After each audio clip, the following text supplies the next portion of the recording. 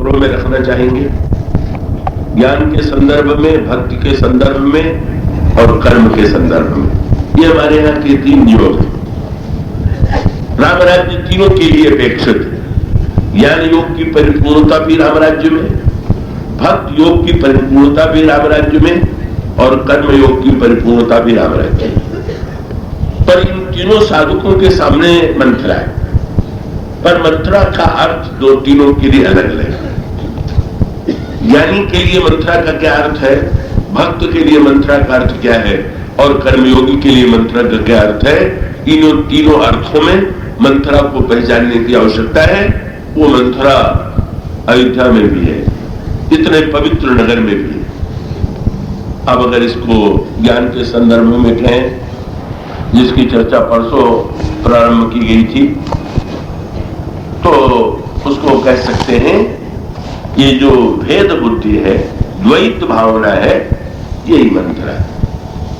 ज्ञान की मान्यता ये है, ज्ञान सिद्धांत की मान्यता ये है कि जब तक द्वैत की वृत्ति बनी हुई तब तक जीवन में परिपूर्णता नहीं हो सकती। जब ये द्वैत पूरी तरह से जीवन से मिट जाता है, तो जब जैसे वही जो नदी और समुद्र का दृष्टांत कल आपके सामने दिया गया था, नदी का बहना तभी रुकेगा जब नदी समुद्र में पहुंच जाएगी, नहीं तो उसका बहना नहीं रुकेगा। इसी प्रकार से जीव जब तक द्वैत नदी के रूप में दूर है, अंश के रूप में, जब तक उसके जीवन का द्वैत नहीं मिटता है, तब तक वो सच्चे अर्थों में कितना भी प्रयत्न क्यों न करे, सच्ची समग्रता और शांति का उसको बोध नहीं होगा। यही ज्ञान की दृष्टि से रामराज्य है। रामराज्य ज्ञान की दृष्टि से तात्पर्य है शुद्ध अद्वैत बोध जो है। सुमिरत राम द्वैत भय भागे, मेरे पत्रिका में गोस्वामी जी कहते हैं, द्वैत रूप तम कूप परो नहीं, अस कछु जतन विचारो, प्रभु कैसे इस हम द्वैत से मुक्त हों। अब ये द्वैत दो अर्थों में, मैं आशा करता हूं कि आप तो सब बड़े सत्संगी हैं, उसके इस पक्ष को भी आप उतनी ही एकाग्रता से सुनेंगे जितना सरस पक्ष को। और ये द्वैत का दो अभिप्राय है, एक तो व्यवहार का द्वैत और दूसरे जीव और ब्रह्म का द्वैत। तो ये जो सारा व्यवहार है वो तो सब का सब द्वैत पर ही टिका हुआ है। दो की सत्ता मानकर के ही सारा व्यवहार चल रहा है। जब ये कहते हैं कि ये सारी सृष्टि में माया के बस में जीव है, तो ये माया कौन? लक्ष्मण जी ने दंडकारण्य में भगवान राम से पूछा था, महाराज माया कौन है, माया को दिखा दीजिए। भगवान ने लक्ष्मण से मुस्कुरा करके कहा, माया कोई स्त्री होती तो मैं दिखा देता। माया क्या है? भगवान ने कहा वो तो केवल 2 शब्दों में समाई हुई है। वो 2 शब्द कौन है? भगवान कहते हैं, मैं और मोर तोर तय माया, यही बस कीने से जीव निकाया। मैं और मेरा, तुम और तेरा, बस यही माया की सच्ची व्याख्या है। अब अगर आप विचार करके देखिए, व्यवहार में भी रामराज्य क्यों नहीं बन पाता? क्योंकि सारी समस्या तो ये है कि हम जो भी कुछ सोचते हैं उसमें मेरापन और तेरापन कहीं मिटते ही नहीं। हम उन्नति के विषय में भी चिंता करते हैं तो हम जिसे अपना मानते हैं, मेरा मानते हैं, उसकी उन्नति चाहते हैं, उसको हम सुखी देखना चाहते हैं। और जिसको हम तू और तेरा मानते हैं, हम उसके प्रति हम उपेक्षा करते हैं। तो सारी टकराहट तो मैं और तू की है। हमारा सारा उद्देश्य तो यही, जब ये मैं और तू दोनों की वृत्ति बनी हुई है, तो ऐसी स्थिति में रामराज्य कैसे बनेगा? इसीलिए जैसे हम अपने परिवार की चिंता करते हैं, तो इसीलिए तो करते हैं कि उसके साथ एक शब्द जुड़ा हुआ है कि मेरा परिवार है। कि जहां किसी वस्तु के साथ मेरापन जुड़ गया, हम उसके लिए व्यग्र हो गए। और अगर उस मैं का, या तो तू का विस्तार कीजिए या मैं का विस्तार कीजिए, तो भक्तों ने इसका उत्तर ये दिया कि तू के रूप में व्यक्ति नहीं है। अगर द्वैत को स्वीकार ही करना है तो या तो तू के रूप में प्रभु से हम ये कहें कि प्रभु तू ही तू है, और या तो वेदांत की भाषा में हम ये कहें कि एकमात्र केवल मैं ही मैं।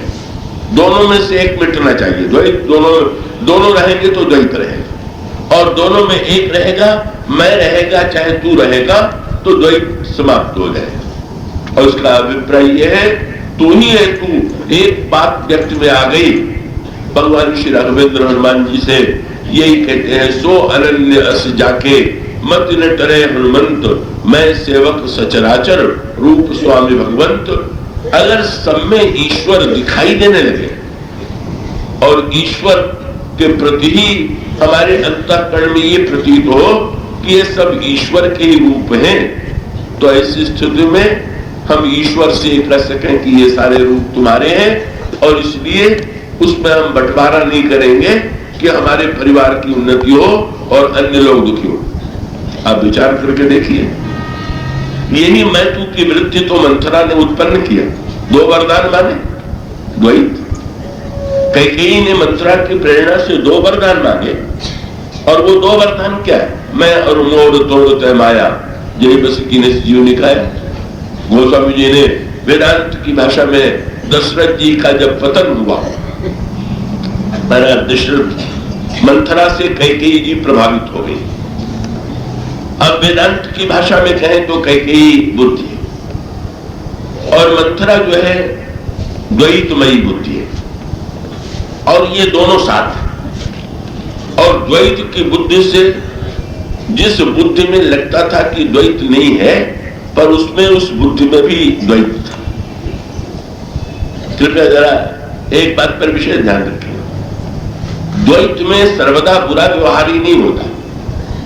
द्वैत में कभी कभी बहुत अच्छा व्यवहार भी होता। कैसे? कई बार जब आप किसी अतिथि से या किसी नए व्यक्ति से बहुत बढ़िया व्यवहार करते हैं, तो क्या उसके मूल में सर्वदा द्वैत होता है क्या? कभी कभी शुद्ध द्वैत की एक व्यवहारिक उपयोगिता होती है कि भाई ये तो पराये हैं, इनको अच्छा व्यवहार करके संतुष्ट करना चाहिए। तो जब हम किसी से अच्छा व्यवहार करते हैं पर उसके मूल में भी परायापन बना हुआ है, तो ये अच्छा व्यवहार कब बुरे रूप में बदलेगा इसका कोई ठिकाना नहीं। ये हुआ भी है। तो आप देखेंगे कैकेयी के रूप में उनमें भी भेद बुद्धि है। मंथरा जो है वो भेद बुद्धि का विकृत रूप है, और कैकेयी जी जो है वो भेद बुद्धि का व्यवहारिक अर्थ है, व्यवहारिक रूप। तो अब व्यवहारिक रूप में मंथरा के कैकेयी जी की विशेषता क्या है? कि वे राम की, भरत की अपेक्षा राम को अधिक चाहती है। बहुत बढ़िया बात है। तो फिर आगे चल करके कैकेयी का पतन क्यों होता है? और उसका सूत्र ये कि भारत की अपेक्षा राम को जो अधिक चाहती हैं, ये अद्वैत वृत्ति से चाहती हैं कि ये भी भेद बुद्धि से चाहती है। और उसका उसी को मंथरा ने स्पष्ट कर दिया। क्या? कैकेयी जी के अंतःकरण में ये धारणा है कि पुत्र तो मेरे ही भरत, राम तो कौशल्या के बेटे हैं। किंतु उनसे यदि कोई पूछे कि आप राम को इतना महत्व क्यों देती है, तो उनका उत्तर वो जो उन्होंने मंथरा को दिया वो आपने पढ़ा होगा। कैकेयी जी ने मंथरा से कहा कि कौशल्या सम सब महतारी, राम ही सहज सुभाय प्यारी। राम तो सारी माताओं को कौशल्या की तरह चाहते हैं। मंथरा ने पूछा आपको भी? बोले नहीं, ये क्या कहती हो? कौशल्या के समान तो अन्य माताओं को चाहते, पर मुंह पर करही स्नेह विसेखी। वे अन्य अपनी माता और अन्य माताओं की अपेक्षा मुझसे अधिक स्नेह करते हैं। मंथरा मुस्कुराई ही मन प्रसन्न हो गई। बोले सारे सद्व्यवहार के मूल में क्या वृत्ति है कि राम जब अपनी मां को की अपेक्षा मुझे अधिक महत्व देते हैं, तो मैं भी बदले में अपने बेटे की अपेक्षा उनको अधिक महत्व दूं। इसको हम लोगों का बायन चुकाना कहते हैं। शब्द बायन आया हुआ है। विवाह शादी में हम लोग जब लौट करके बारात आती है तो जो मिठाई आती है उसको भेजा जाता है, लेकिन उसमें भेजने में उदारता का प्रयोग नहीं किया जाता। जब किसी के घर मिठाई भेजते हैं तो पूछते हैं उसके यहाँ से कितना आया था, और जितनी संख्या में आया है उतना ही भेजना है, उससे अधिक नहीं भेज।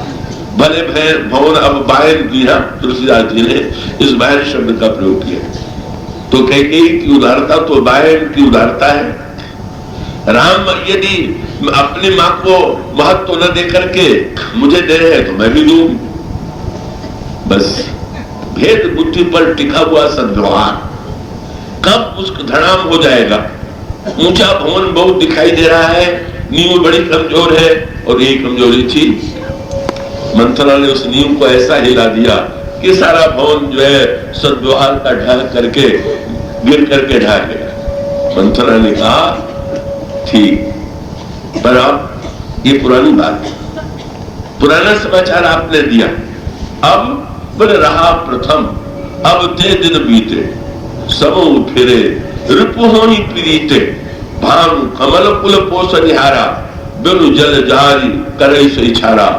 अब जल तुम्हारे चाहे सबति उपारी, रुदऊ करी उपाय बरबारी, तुम्हें न सोच सुहाग बल बस, निज बस जानहु राव, मन मलिन मुह मीठ नृप, राउर सरल स्वभाव, चतुर गंभीर राम महतारी, बीच पाई सब काज समारी, पठे भरत भूमि नरी औरे, राम मात मत जानव रौरे।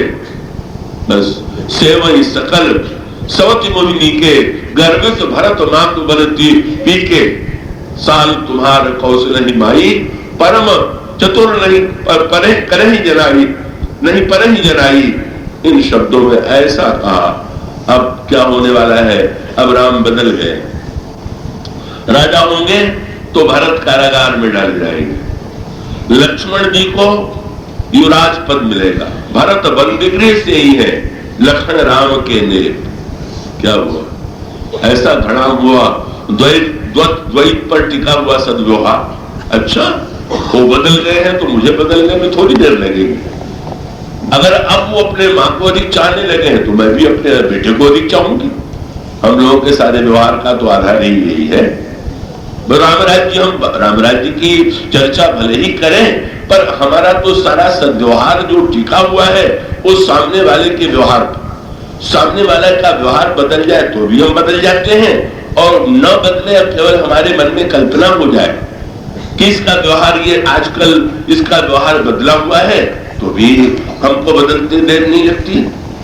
तो व्यवहारिक अर्थों में भी मंथरा माने जो बड़ी चतुराई से गहराई से इस बात को जानती है कि कैकेयी जी की उदारता, दो माताएं कौशल्या जी और कैकेयी,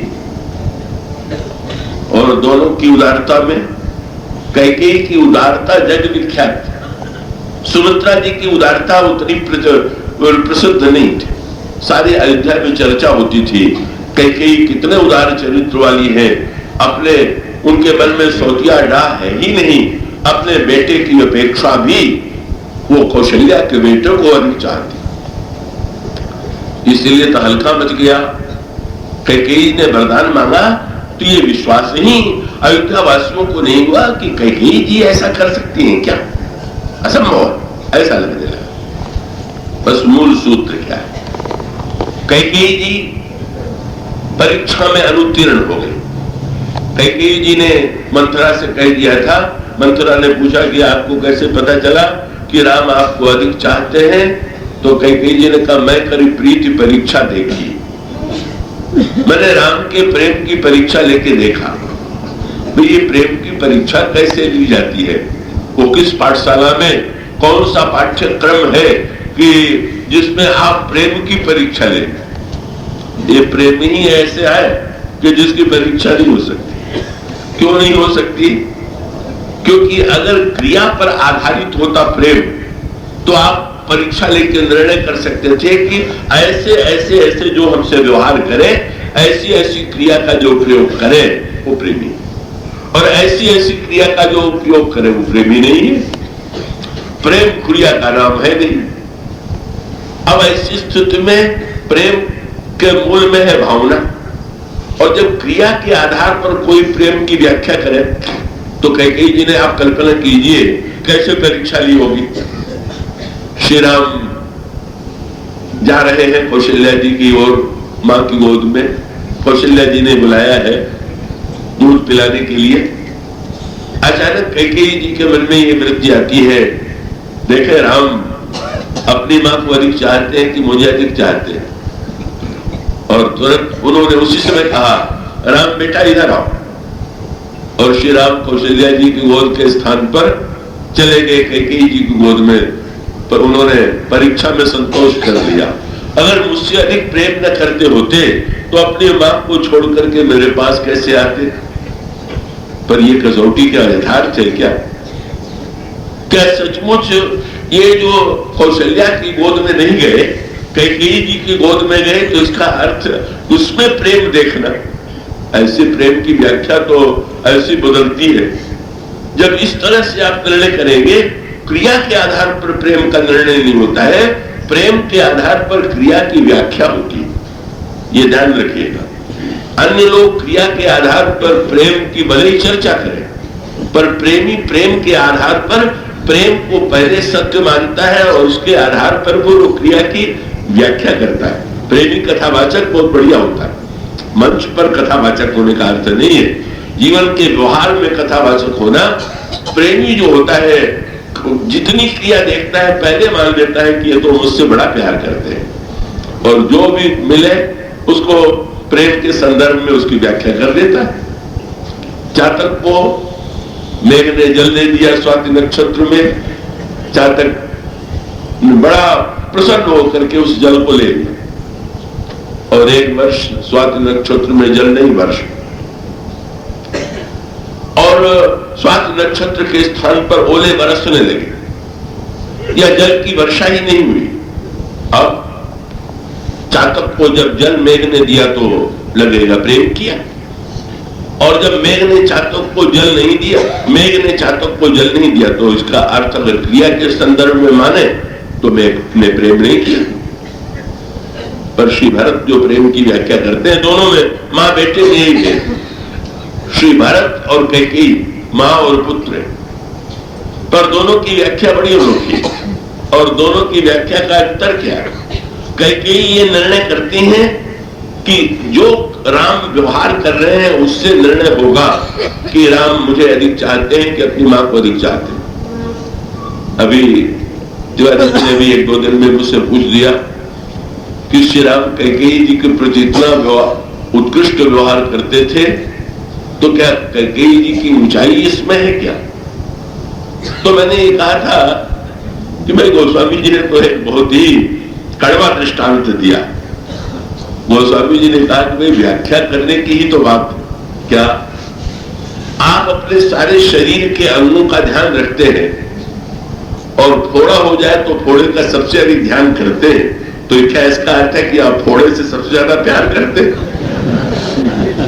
निज तन मरम कुठाऊं ताप कुमाक को मन जोगवत जो निज तन मरम कुठाऊं। तुलसीदास जी ने एक ऐसा दृष्टांत दे दिया, और इसका अभिप्राय है कि श्री राम जानते हैं कैकेयी जी में अहम की वृत्ति है, रजोगुण की वृत्ति है, ये तुरंत इनको दुख लगेगा, बुरा मान जाएंगी। कौशल्या जी में ऐसी वृत्ति नहीं है, इसलिए ये बुला रही है, तो इनको सबसे अधिक महत्व देना चाहिए। अब उस क्रिया को ही उन्होंने प्रेम का लक्षण मान लिया, और जो ही मंथरा ने समाचार, राम नहीं बदले, न उनका व्यवहार बदला, केवल सूचना मिली मंथरा के द्वारा, ऐसा हुआ। हम लोग भी कैकेयी की तरह कान के बड़े कच्चे का देख करके ही नहीं, हम लोग सुन करके भी इतना बदल जाते हैं। सुनी हुई बात को इतना सही मान लेते हैं, बस कोई कह भर दे कि आपके विषय में उन्होंने ऐसा कहा या ऐसा करने वाले हैं। अब ये चिंता नहीं है कि हम पता लगावे कि सत्य है कि नहीं, बस उसको सत्य मान करके उसके प्रति द्वेष की वृत्ति हम पाल लेते हैं, अपना दुख बढ़ा लेते हैं। यहाँ यही तो हुआ, कल्पित चित्र खींचा मंथरा ने और कैकेयी ने सत्य मान लिया और बदला लेने पर उतर आए। और दूसरी ओर श्री भरत की क्या व्याख्या है? श्री भरत क्या कहते हैं? चित्रकूट जा रहे हैं, पूछा किसी ने कि आपका सम्मान करेंगे राम की अपमान करेंगे? सम्मान को हम मानेंगे प्रेम, अपमान को मानेंगे द्वेष। पर श्री भरत कहते हैं, चातक से किसी ने पूछ दिया कि मैं तो तुम्हें जल नहीं दे रहा, लगता है बड़ा कठोर है। चातक ने क्या उत्तर दिया? तुलसीदास जी ने दुआ लिखा, चढ़त न चातक चित कबम प्रिय पयोधि के दोष, ताते प्रेम पयोधि की तुलसी नापन जोग। गोस्वामी जी ने कहा, अगर चातक को मेघ में दोष दिखाई दे जाए तब तो प्रेम की गहराई ही नाप ली जाती। प्रेम की गहराई इसीलिए नहीं नापी जा सकती कि जब जल नहीं मिला और चातक से पूछा गया तो चातक ने यही कहा कि अरे आप क्यों दुखी हो रहे? किसी ने कहा, तुम क्या निष्ठुर से प्रेम करते हो, संसार को जल दे रहा है और स्वाति नक्षत्र में उसने तुम्हें जल नहीं दिया। चातक ने यही कहा कि भाई, घर में अगर बहुत से अतिथि बाहर के आ जाएं और भोजन कम हो तो अतिथियों को खिला दिया जाता है, चाहे घर के लोगों को भूखा रखा जाए। ये मेघ जो है संसार के लोगों को पराया समझता है, इसलिए जल बांट रहा, और हम तो उसके अपने हैं, चाहे दे चाहे नहीं दे, ये तो उसका प्यार और उसका अभिप्राय। दे तो भी प्यार और न दे तो भी प्यार। प्रेम की व्याख्या तो यही है। इसलिए मारीच को गोस्वामी जी ने प्रेमी कहा और प्रेम के साथ एक शब्द लगा दिया, अस जिय जानी दसानन संगा, चला राम पद प्रेम अभंगा। अभंग प्रेम, अभंग प्रेम का अर्थ क्या हुआ? विभीषण भगवान की शरण में जा रहे हैं और मारीच भगवान की शरण में मन से जा रहा। विभीषण भगवान की शरण में शरीर और मन दोनों से जा रहे हैं और विभीषण के मन में कल्पना हो रही है आज क्या होगा, और उनकी मधुर कल्पना को गोस्वामी जी ने गीतावली रामायण में प्रस्तुत किया। वे सोच रहे हैं, महाराज राम पह जाऊंगो, सपनों सो अपनों न कछु लखी, लघु लालच न लुभाऊंगो, कहीं हो बलि रोटिहा रावरो, बिनु मोलही बिकाऊंगो। और धरी है नाथ महाथ माथे, ये हिते के ही लाभ अघाऊंगो, तुलसी पट उतरे ओढ़ियऊ, उबरी जूठन खाऊंगा। मैं जब जाऊंगा प्रभु बुलावेंगे, सिर पर हाथ रखेंगे, मुझसे कुशल प्रश्न पूछेंगे, मैं धन्य हो गया। ये विभीषण की कल्पना है। पर मारीच के लिए अभंग प्रेम करने का अर्थ क्या? उसकी भी कल्पना हो रही, और भी जा रहा है शरण, पर क्या कल्पना हो रही? गले से लगावेंगे, बड़ा प्यार बड़े सम्मान देकर के पूजा करेंगे। ना ना, मारीच कहता है, कहां जा रहे हो? बड़े प्रसन्न, मन अति हरस। और उसका अर्थ ये हुआ, जीवन की आशा लेकर के अगर हमें प्रेम दिखाई दे तो पता नहीं कि वो प्रेम है कि नहीं, हो तो बाद में भविष्य में सिद्ध होगा। पर जहां मृत्यु सामने खड़ी, ईश्वर जो है का मृत्यु के कारण के रूप में सामने आ रहा। मारीच को जहां पता है कोई विकल्प नहीं है, श्री राम मेरे ऊपर बाण चलावेंगे, आज मेरी मृत्यु होगी, पर इतना प्रसन्न है तो उसको ये चिंता होने लगी कि कहीं मेरी प्रसन्नता को देख करके रावण को ये संदेह न हो जाए कि इतना प्रसन्न हो करके क्यों जा रहा है, कहीं मिलने की योजना बना के तो नहीं जा रहा। इसलिए अपनी प्रसन्नता को बाहर नहीं प्रकट होने हो। मन अति हरस जनाऊ न ते, और आज देखिए परम स्नेह, आज मैं परम स्नेही को देखूंगा। शब्द कैसे? निज परम प्रीतम देखी लोचन सुफल करी सुख पाई, श्री सहित अंग समेत कृपा निकेत पद मन लाई। और उधर क्या होगा? बाण चलावेंगे। किसी ने कहा, भले मानुष इतनी ऊंची कल्पना करते जा रहे थे, उधर मारने वाले हैं, तो यही प्रेम का लक्षण है क्या? जो तुम्हारी छाती में बाण, जानते हो बाण कितना कठोर है? मारीच ने कहा, पता है राम के हाथ कितने कोमल है, तुम्हें बाण की कठोरता दिखाई देती है और मुझे बाण के पीछे श्री राम के भुजा की कोमलता दिखाई देती है। निज पानी सर संधानी सो मोहि बधी सुख सागर हरि। इसीलिए मारीच की महानता ये है कि मृत्यु के क्षण में बाण चलाएंगे तो भी उनका प्यार है, और वो यही हुआ। और इसलिए जब वो मरने लगता है तो गोस्वामी जी कहते हैं अंतर प्रेम तासु पहचाना मुनि दुर्लभ गति दीन सुजाना। और उसका अभिप्राय यह है कि जिस व्यक्ति के प्रेम की कसौटी है, संसार की बात जाने दीजिए, भगवान से भी हम प्रेम का दावा करें और भगवान के व्यवहार को देख करके प्रमाण पत्र बदलते रहे।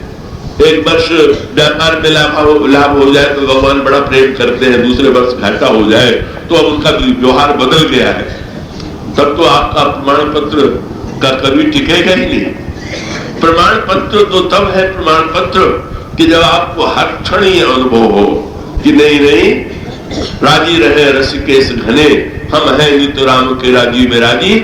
हमारे जैसे प्रभु चाहते हैं वही उनका प्यार है, वही उनका स्नेह है। मृत्यु की इस कल्पना, इसका अभिप्राय यह है जीवन देते हैं तो भी कृपा है, मृत्यु देते हैं तो ही कृपा है। जिसको दोनों में कृपा दिखाई देती है प्रेम उसी का स्थिर रह सकता है, दूसरों का नहीं। श्री भरत की व्याख्या है चातक को उन्होंने अपना आदर्श माना। जलद जन्म भरी सुरति विशारो जांचत जल पवि पाहन डारो चातक रटनी घटे घटी जाई बड़े प्रेम संभाति भलाई।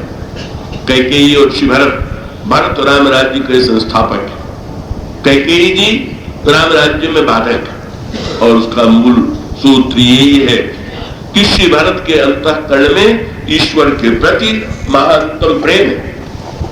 और जब वो चित्रकूट जा रहे हैं तो ये कल्पना नहीं करते कि श्री राम मेरा स्वागत करेंगे, वो तो दोनों के लिए तैयार होकर के जा रहे हैं। पूछा गया क्या करेंगे, उन्होंने यही कहा जो परिहरण मलिन मन जानी जो सन्मान सेवक मानी। दो ही तो विकल्प है, तो आपके लिए बोले मेरे लिए दोनों बराबर, ये दोनों कैसे बराबर हो जाएंगे? तो शब्द भरत जी ने क्या चुना, बोले मोरे शरण राम ही की पनही। दोनों तरह से भगवान राम के जूते ही जो है मेरे पर महाराज थे।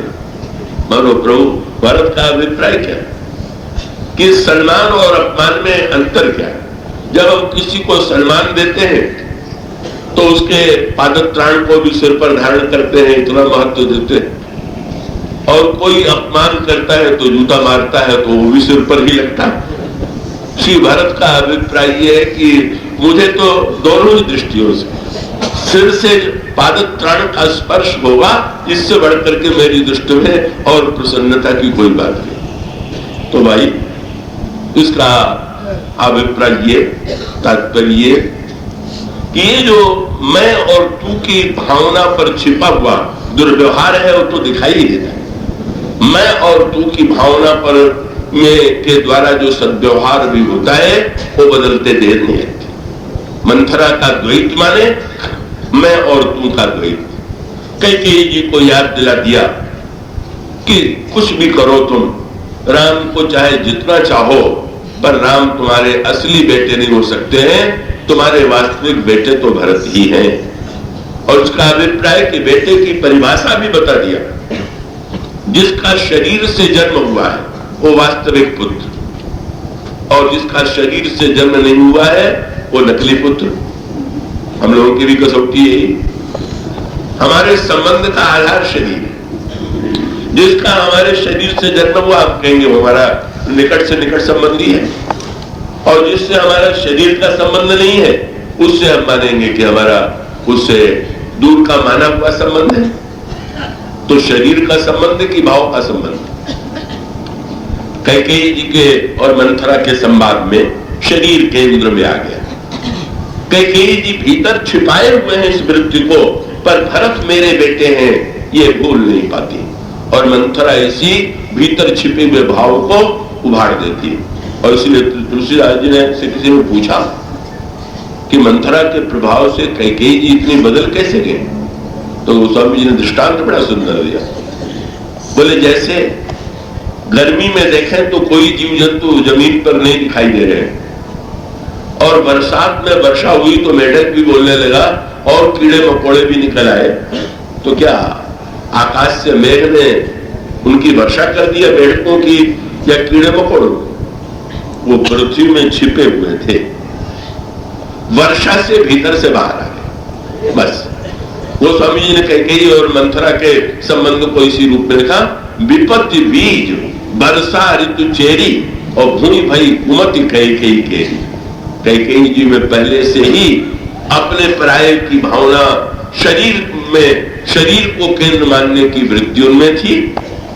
उनके पिता भी शरीर को ही महत्व देने वाले थे, वे भी शरीरवादी हैं और इस शरीरवादिता को ऊपर की उदारता में उन्होंने छिपा लिया था और परिणाम में हुआ कि मंथरा ने उसी को उभाड़ दिया और इसीलिए उनका व्यवहार परिवर्तित हो गया, बदल गया।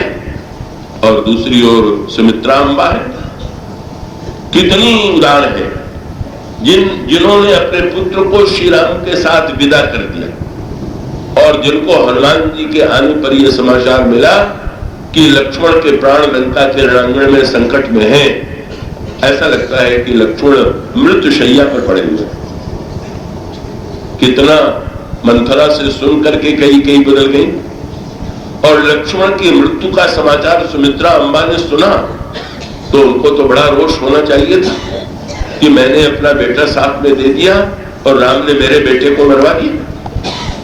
राम तो बड़े कठोर है, पर वो स्वामी जी और अन्य कवियों ने, भक्तों ने कहा कि सुमित्रा अम्बा ने जब समाचार सुना तो सुन करके उन्होंने यही वाक्य कहा, बोली धन्य सुवन मम आजू जूझऊ समर स्वामी के काजू पय एक दुख मनि दीन विधाता कुसमय भय राम बिनु भ्राता।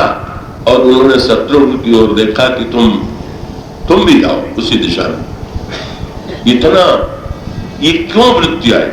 बस सुमित्रा जी भावनात्मक है, शरीर को केंद्र मान करके विचार नहीं करती। लक्ष्मण जी जब उनसे आज्ञा भी लेने के लिए आते हैं कि मैं बन जाना चाहता हूं और प्रभु ने कहा है कि मां से विदा मांग करके आओ, तो सुमित्रा अम्बा लक्ष्मण से कहती, लक्ष्मण तुम आज्ञा मांगने मेरे पास चले आए, ता तो तुम्हारी मां तो वैदेही के बेटे होकर के तुमने देव को माता मान लिया। उनकी दृष्टि में राम व्यक्ति नहीं है, ईश्वर। कौशल्या जी, सुमित्रा अम्बा का प्रेम, राम ईश्वर है, मेरे बेटे से सेवा ले ले, अगर उनकी सेवा में उसके प्राण चले जाएं वो तो उनकी कृपा ही कृपा है। ये दृढ़ भावना काहे कि सुमित्रा अम्बा के प्रेम को परिवर्तित नहीं होने देती। पर जहां पर ये भेद बुद्धि है वहीं पर भेद बुद्धि में व्यक्ति को बदलते देर नहीं लगती और वही राम राज्य की बाधा है। तो व्यवहार में भी मैं और तूपन कैसे राम राज्य को नहीं बनने देता है, ये मंथरा का पक्ष है। पर ये जीव और ब्रह्म का द्वैत, इसको क्या करें? जीव ब्रह्म से द्वैत एक है कि अलग है। भेद करें कि व्यवहार करें तो व्यवहार में भेद करें कि न करें, अभेद में स्थित होकर के व्यवहार होगा कि नहीं, ये जो दूसरा पक्ष है इसकी चर्चा अब हम कल करेंगे। आज इतना बोलिए।